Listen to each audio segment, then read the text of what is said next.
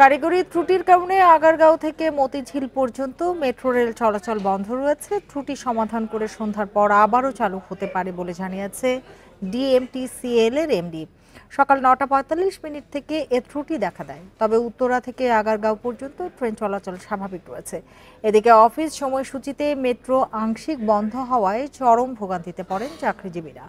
জানা গেছে, ফার্মগেট স্টেশনের কাছে একটি পিলারের উপরে ভায়াডাক্টের 4টি স্প্রিং থেকে একটি স্প্রিং সরে গেছে, ফলে সেখানে রুট অ্যালাইনমেন্ট উঁচু নিচু হয়ে গেছে।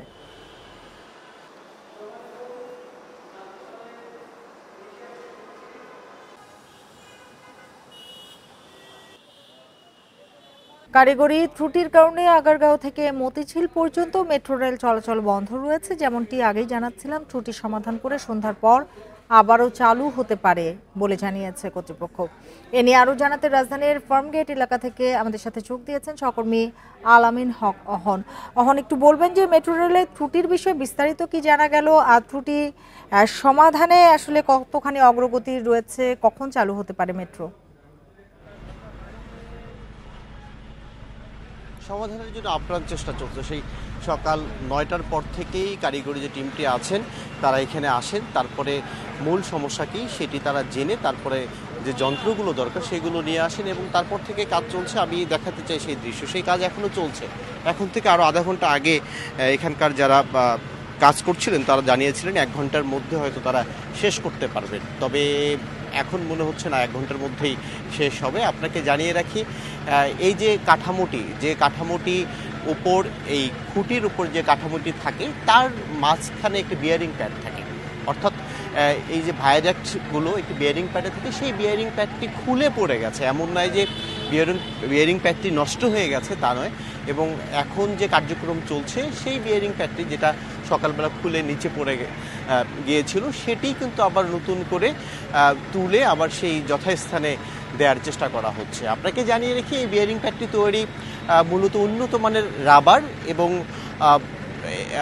লোহা কিংবা স্টিলের সংমিশ্রণে হয় এবং এটি পর্যায়ক্রমে, অর্থাৎ ধাপে ধাপে একটু রাবার, তারপরে একটা স্টিলের পাত, তারপরে আবার রাবার, এভাবে দেয়া হয়ে থাকে। এবং এই রাবারটি এত উন্নত মানের যে এর উপর দিয়ে কয়েক হাজার টনের যে ট্রেনটি যাতায়াত করে, তখন এই যে ওজনটি সেটি মূলত অ্যাবজর্ব করে এবং খুঁটির উপর ওজনটি যেন সরাসরি না পড়ে, যে কারণেই এই বিয়ারিং প্যাডটি ব্যবহার করা হয়। এক একটি খুঁটিতে 4টি বিয়ারিং প্যাড থাকে, তার একটি পড়ে গেছে। সকালবেলা এই বিয়ারিং প্যাডটি যখন পড়ে যায় তখন জানবেন এই সড়কটি ব্যস্ত একটি সড়ক, খামারবাড়ির এই সড়কটি, তখনও অনেক গাড়ি চলাচল করছিল এবং 200 কেজি ওজনের সেই বিয়ারিং প্যাডটি ভাগ্যক্রমে কোনো পথচারী কিংবা কোনো গাড়িতে আঘাত করলে আমরা নিচে যে সড়ক বিভাজকের বেষ্টনী রয়েছে সেই বেষ্টনীর উপর পড়েছে আমরা দেখেছি, এবং সেই বেষ্টনী একেবারে বেঁকে গেছে এত বেশি ওজনের কারণে। এবং এটা 200 কেজি ওজনের একটি বিয়ারিং প্যাড যখন এত উপর থেকে পড়ে, সেটি নিশ্চয়ই খুব একটা মারাত্মক দুর্ঘটনা ঘটলেও ঘটতে পারত। তবে এর কারণে যেহেতু সকাল থেকেই মেট্রো রেল বন্ধ রয়েছে, যে কারণে রাজধানীতে যানজটও বেড়েছে। প্রতিদিন শত শত যাত্রী এই মেট্রো রেল ধরে যাতায়াত করেন। বন্ধ থাকার কারণে নগর যে বাসগুলো রয়েছে তার উপর চাপ পড়েছে, কিংবা সিএনজি চালিত অটোরিকশার উপর চাপ পড়েছে। এবং এই সড়কটিও তো এখন বন্ধ রয়েছে, যে কারণে যানজট তীব্র হয়েছে এবং কাজ চলছে। আশা করা যাচ্ছে, তারা বলছিলেন যে 1 ঘন্টার কথা যেহেতু বলেছেন, তবে সেটিও নির্ধারিত না, তারপরেও হয়তো কাজ করা লাগতে পারে। আপনি জেনে থাকবেন এখন অন্ধকার হয়ে গেছে, যে কারণে লাইটিং ব্যবস্থাও তারা নিজ থেকে করেছেন। তারপরে এই কাজ চলমান রয়েছে। আশা করা যাচ্ছে আজকের মধ্যে তারা কাজ শেষ করতে পারবেন, এমনটি বলেছেন। এবং সেক্ষেত্রে আমরা বলতেই পারি আজ আর এই পথ ধরে মেট্রো রেল হয়তো নাও চলতে পারে। এবং যখন কাজ শেষ হবে তখন ব্যবস্থাপনা পরিচালক এই বিষয়ে গণমাধ্যমকে বিস্তারিত জানাবেন। তবে এখন পর্যন্ত দুঃসংবাদ যে কখন ঠিক হবে সেটিও বলা যাচ্ছে না, অনির্ধারিত একটি সময়।